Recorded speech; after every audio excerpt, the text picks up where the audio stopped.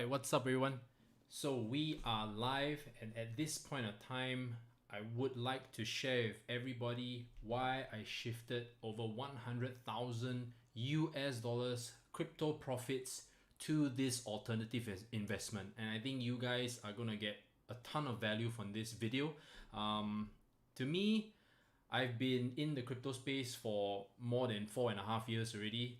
To me, I think it's time to kind of share why I'm shifting a large part, or at least eventually a large part of my crypto profits to this alternative asset class.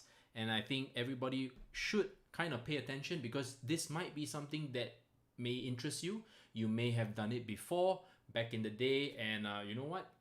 Maybe you want to pick it up just like how I picked it up last year. So guys, let's allow the stream to kind of populate a little bit more, and then from then I will go in depth into it. It's not going to be a short video because I want to give as much details as possible to anyone who is watching or anyone who is interested, because I feel that it's something very unique.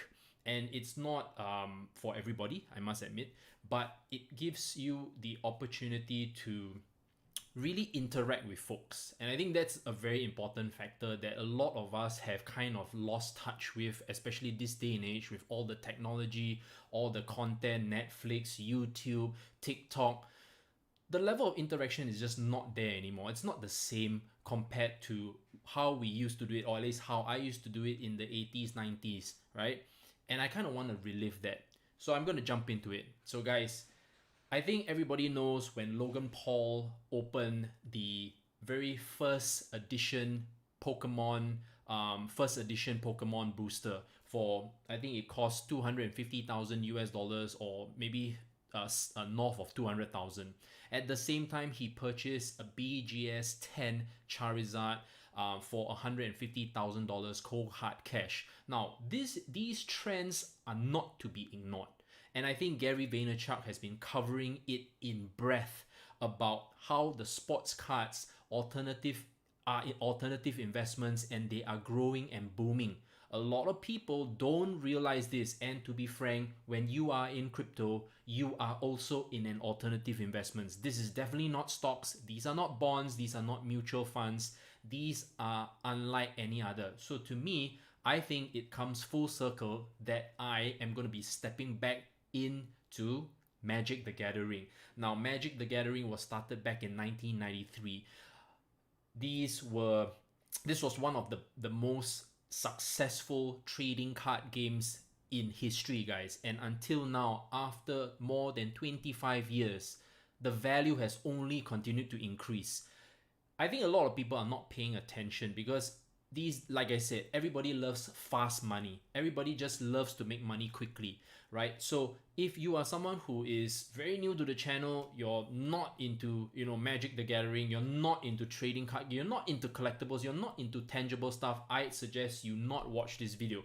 But if you're looking for an alternative investment, and you really wonder what is out there, I think this is definitely one of those videos that you want to catch and watch. So for me, I'm big in alternative investments. To me, I no longer look at stocks. I no longer look at bonds. Property is something that you just hold, you live in the place, you rent it out, but I think there has to be some level of fun. I'm not into antiques, I'm not into arts, but I definitely love cards, trading card games especially. So this day and age right now, I told myself, look, I've made a nice sum of funds in crypto. I want to transfer it into something that makes sense for me, something that I will love and enjoy, and I potentially could pass it down to my children. And I think a lot of all these things traditionally are, well, I would say safe but relatively boring. So to me, I wanted something fun. And Magic the Gathering is one of those alternative investments that I can easily jump back into, because I used to collect them back in the day in secondary school. And I told myself that, hey, I wonder how is this game doing? I wonder how is this game doing? And I started looking online, and I saw a couple of YouTube videos, and from then I started to kind of start buying my first few cards from eBay, TCG Player. From then I dived into my local Singapore community, and from there everything started. The collection started out obviously very small because I still didn't understand the whole ecosystem. I didn't know where to purchase the cards. I didn't know exactly how to even identify the authenticity of the cards, right? Because after all, it is a tangible product.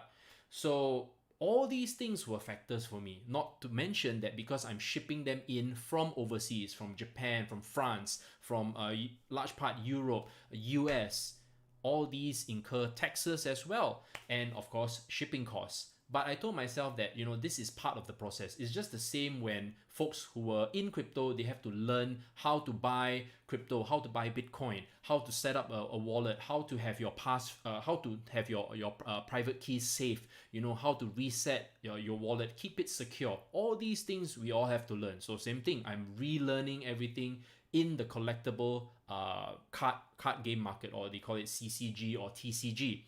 So all these things were factors, or at least the barriers of entry, especially what is the right price to pay. It's not like you can go online and see that, this is the right price to pay for a particular token. Sorry, for a particular card. You see, I always go back to crypto. But to me, when I was looking at all these cards, it really brought back a huge sense of nostalgia. I think that was kind of like why I enjoyed the whole process. It's firstly, to me, nostalgia is a very big thing, right? People love collecting vintage things, okay, especially if it's from a certain era in your life, right? It could be sneakers, right? Vintage sneakers. It could be t-shirts. It could be jerseys. Anything. They call it memorabilia or collectibles in general. But I think certain markets just hold value and gradually increase over time, and that's something that this channel is a large part of, right? Because I think this channel should not be solely crypto. I feel that to be fully on crypto, after a while it gets pretty stale. I really want to do something different. I want to kind of venture out a little bit and really cover alternative investments in a more holistic manner. And quietly, I have been doing that for the past year. I started collecting back in May 2019. I kind of made that known to quite a number of folks on the channel quite openly. But of course, naturally, because this channel is solely for crypto, and I want to respect my viewers, because if they only want to listen to crypto related news or crypto related information, that's fine, right? But I feel that at the end of the day, when you think about it, there's only so much that you can speak about crypto. So I want to cover investments or alternative investments in a larger spectrum. Hence, I decided, okay, if we talk about gold, we talk about silver, we talk about gold, precious metals, the stock market, so on and so forth. Why don't we talk about alternative investments? That's also pretty interesting. Hence, I was quietly acquiring a small collection for the past year. We're talking about from May of 2019 and all the way till date. And yes, it is not clickbait. I have really shifted more than 100,000 US dollars into the Magic the Gathering collection till date. Now, obviously, I don't want to go into details. If that is something that you might be interested in, I would gladly, if I get enough likes for this video, I will do a video about my collection, and then from then you guys can see what's what. But for now, I just want to cover it and why people are moving into trading card games. So first and foremost, I mentioned a little bit earlier that not everyone is into art or antiques. I realized that arts and antiques are for a very different group of individuals, and they tend to be pretty much older. They are usually into their 50s or their 60s, whereas individuals like myself who are in their late 30s or at least mid 30s to 40s, they tend to be in the we are considered the 80s or 90s kids. So we kind of more familiar with Dragon Ball cards. You're familiar with Pokemon, Yu-Gi-Oh, Magic the Gathering. I think these were the big boys back in the day. So you kind of want to relive all that fun, that excitement, and you want to have that interaction. So for a long time, I have not really, I'm not a sports person, right? And in Singapore, it's not sports isn't a very big thing. It's not like everybody gathers at a place. Well, I guess you have certain bars, sports bars here and there, but they're not as big or as popular compared to the US or in Europe. You know what I mean? Or in the UK. It's just not as big.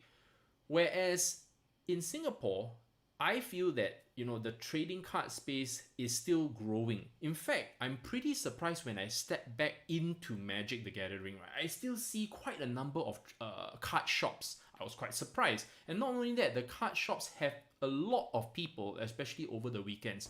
Now, because of COVID, obviously that is quite tough because you can't have, I think, more than 5 people at a particular table. And obviously events are not allowed at the moment. But prior to COVID, right, you would see an extensive amount of people actually gathering together and playing, whatever card game. So there are different types of stuff. So I don't want to go into the mini details. But I noticed that after I took notice of trading cards, right, suddenly Gary Vaynerchuk was talking about buying and flipping sports cards. I was like, okay, that's interesting that he started to create content on sports cards, which obviously I don't venture in because I'm not a big sports fan, right? I'm not into baseball, NFL, or NBA. Okay, I'm just not into those kind of stuff. Then after that, Pokemon started to get really hot. I was like, okay, this is very interesting. Pokemon, to me, no matter what, I would still associate that to the more kiddie, because at the end of the day, it's pocket monsters. That's what Pokemon means, pocket monsters. And it was really hot at one time. And yes, as a younger adult, I still had some Pokemon cards, but it wasn't an extensive collection or nothing worth mentioning. But at the end of the day, it was just fun during that time. But I always remembered Magic the Gathering as a very high level game. At the same time, I enjoyed the artwork. Now, so when I decided to take profit from my gold portfolio and my crypto portfolio, because every year I tell myself to always take profit and go get out of crypto and move it to something else. And nobody really likes to hold a lot of cash. So I told myself, okay, what is it that's interesting that I can kind of connect with and I really want to enjoy doing for at least a long time? And then Magic the Gathering came about. Somehow I just decided to, step in, get my toes a little bit wet. And I started buying certain interesting cards, right? And these are all usually high value cards. And to my surprise, whatever I bought in May of 2019 actually increased in value, guys. We're talking about increased by 2x, and this is no joke. Okay, I can name you the cards, but I'm not sure whether you guys will even be familiar. Like I said, guys, if you want me to show you my collection, I really want a thumbs up for this video to show that yes, there is interest. Yes, I'll make a video. If not, I would more than be glad, and I'm already planning ahead to kind of set up a separate channel solely on these alternative investments or these luxury cardboard pieces, because if people don't pay attention or they do not know, they won't touch it, right? And that was the barrier of entry, because I realized that if people have a fear of purchasing the cards, and this is one big thing that I noticed on the Facebook groups, people are fearful that they purchase a card that is fake. Hence, they kind of buy the card, right, locally, or from another state or from another country. When it arrives, they kind of still have that doubt, because the cards these days are not cheap, guys. We're talking about $400-500. We're talking about more than 1 Ethereum here, okay? One card could be easily more than 1 Ethereum. There are some cards that cost more than 1 Bitcoin. Yes, that is the truth. And these cards are only gradually going to appreciate in value because of the scarcity. And at the same time, it is really not easy to find these cards in a mint or near mint condition. Okay, so all these things may seem very foreign to you. These terms may not be things that you may associate yourself with, but yes, that's how you describe the cards. And like I said, all these things I had to learn from scratch, guys. I am nowhere. If you ask me 1 year ago, would I have known how to step into the market or why I even stepped into the market? I would probably tell you no. And I wasn't even talking about it. I didn't have the courage to really talk about it. I just tried to fiddle a little bit about the market, but I didn't really dive deep. So right now, I'm a little bit more confident, having like at least more than a year's experience. And after purchasing 100 grand of cards, you better at least understand the market enough, where to source for the best deals, how to even look at the prices. Do you even know that you bought an authentic card? All these things are definitely a little bit better now. But I'm always still learning. I'm always still learning from the very helpful community, I must say. I think one thing about stepping back into Magic the Gathering, the community is very helpful. They are, they are all just, folks who have been having these collections for a long time, or they've been in the market for a very long time. So they are either traders, or they're collectors, come players, or a mixture of investors, collectors, that kind of thing.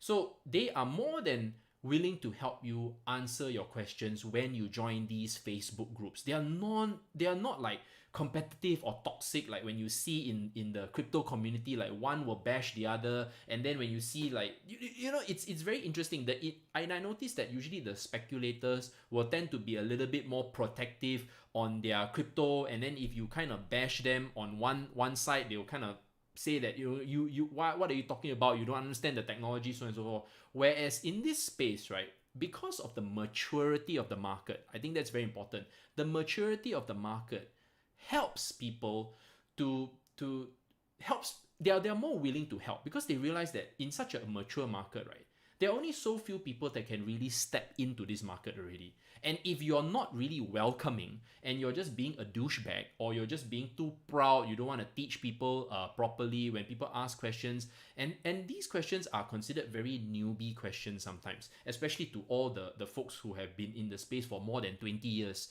When they see these questions, they're not really, they're actually very helpful. They will just tell you, okay, this card is legit.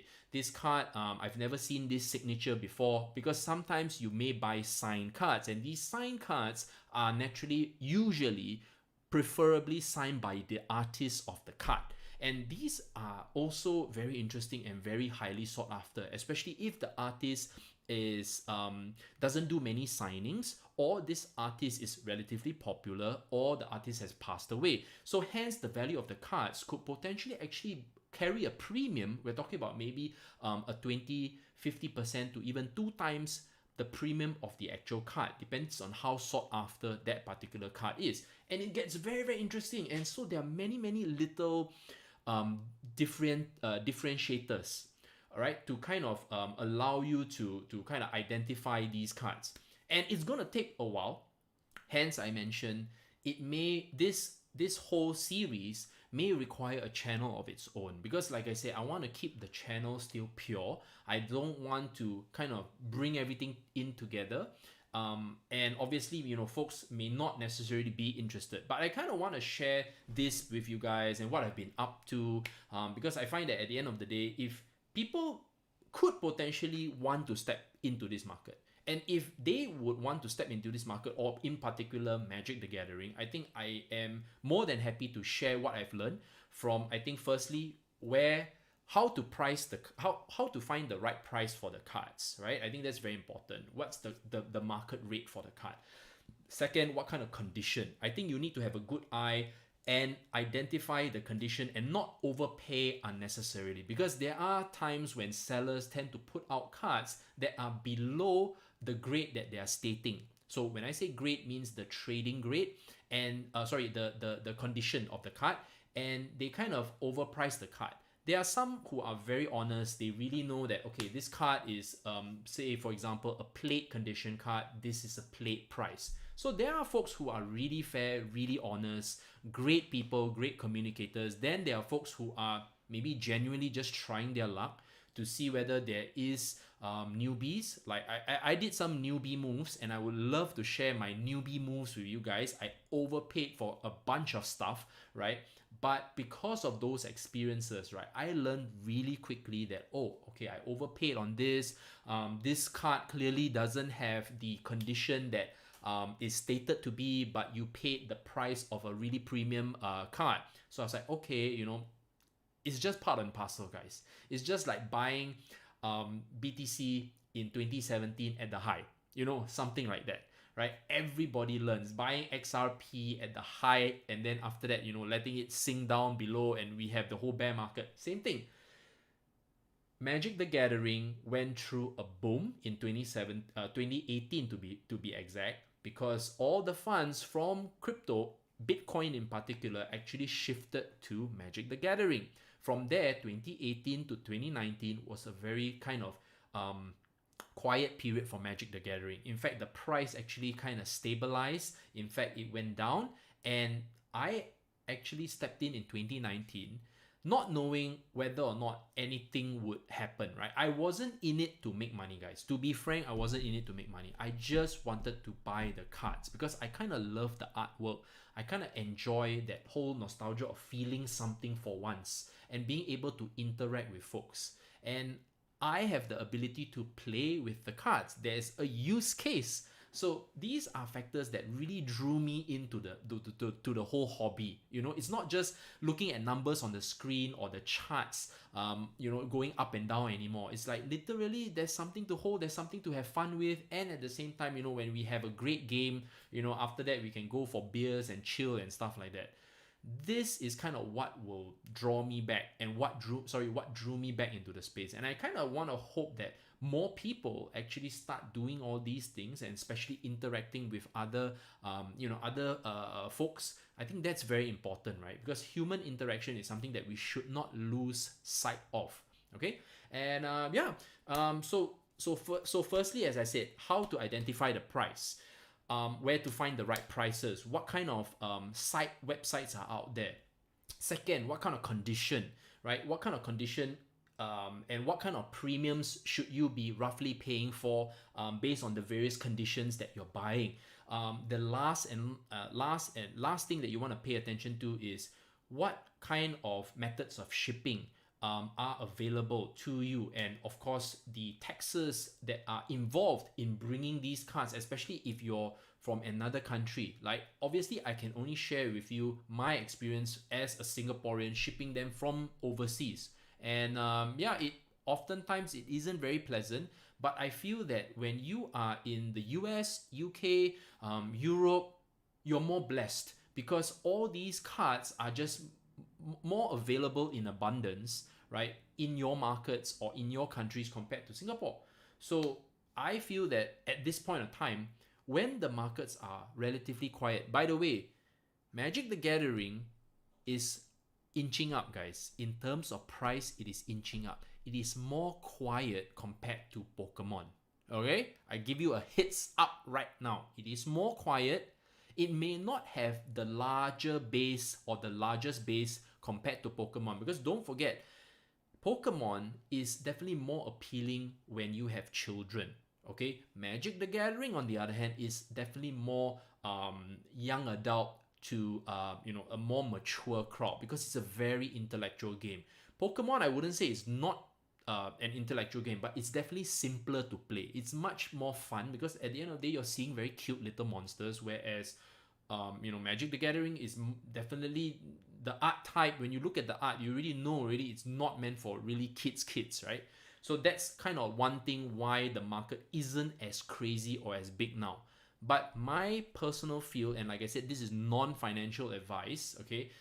This market will eventually catch up and increase in value in the next 5 to even 10 years, because I see a large inflow of funds coming in from the stock market, from crypto, and into the collectibles arena. And the collectibles arena doesn't have to be just trading cards. It could be comic books, sports cards, it could be other forms of trading card games. There are a lot of other alternatives. So I kind of want to bring this video to your attention, also to openly share what I have been doing, as I haven't been doing much content because, like I said, sometimes it's a little bit more challenging to do content these days due to the fact that I have a more heavy commitment towards my family, because my eldest girl is in primary school, my youngest is now in preschool.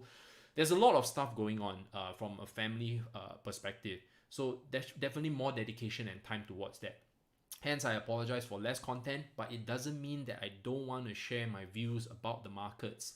And yeah, pretty much that is it. Like I said, guys, if this is something that you might be interested in, I love to hear your comments, your thoughts, whether this is something that you want to know more about, or should I just create another channel that is separate. Let me know, guys. Just let me know. And like I said, don't forget to like, comment, and subscribe to the channel if you haven't already. And I'll see you in the next live stream.